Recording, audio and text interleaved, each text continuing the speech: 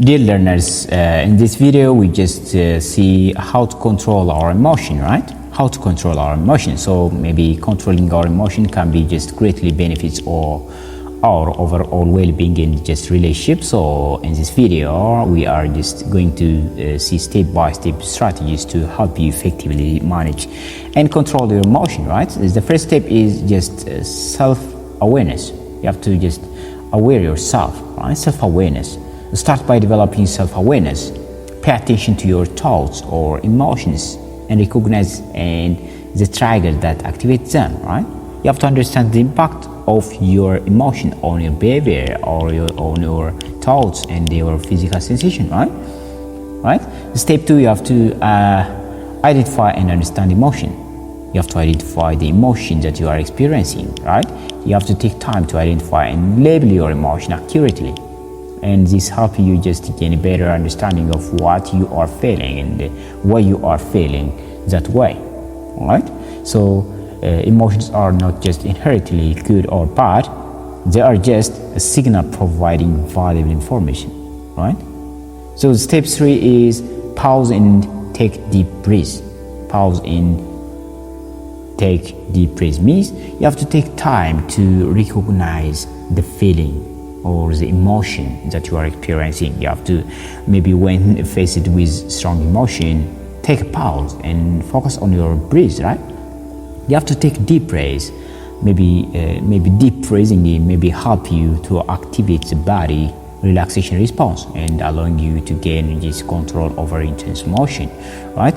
Inhale deeply through your nose and exhale slowly through your mouth, right? As the time you just understand your emotion, right? The step 5 or 4, I mean that, sorry. The third step, the fourth step is just you have to refrain negative thoughts. You have to refrain negative thoughts, right? Many times self-emotion are just accompanied by negative thoughts or interpretations of events, right? Negatively interpretations of events, right? Challenge and reframe these thoughts or negative thoughts by just considering alternative perspective or interpretations, right? Maybe this can help you just manage and regulate your emotional response effectively, right? So this reframing negative thoughts is very important step that you have to take it care of. Step 5 is practicing empathy and perspective taking. Right? You have to practice empathy, right? Understanding that everyone has their own perspectives and experience and emotion, right?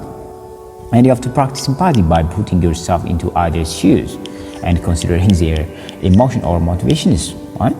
You have to just, maybe this help you just regulate your emotional reaction, right? And just promote better communication with the person that you are just thinking of, right?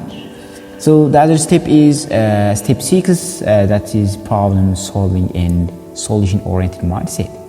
You have to just a problem solving and solution oriented mindset, meaning having right mindset, right? Instead of just getting overwhelmed or maybe frustrated by the challenging situation, focus on your finding solution, right? You have to find the solution, right?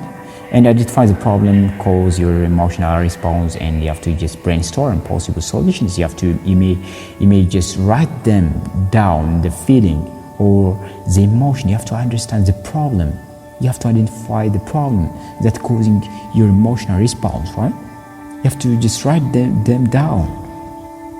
You have to be clear with the problems to find the best possible solutions, right? So shifting your focus towards proactive problem solving decreases emotional reactivity, right? So there is step 7, which is developing healthy coping mechanisms, right? Develop healthy coping mechanisms. So engage in activities that help you cope with stress or strong emotion in a healthy just way, right? This can just include exercise, maybe meditation, maybe journaling, maybe talking with trusted friend or maybe therapist, right? Or maybe engaging in hobbies that brings you joy, right?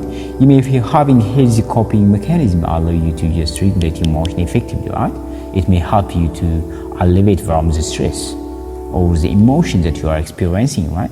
So you have to just develop happy and healthy coping mechanisms.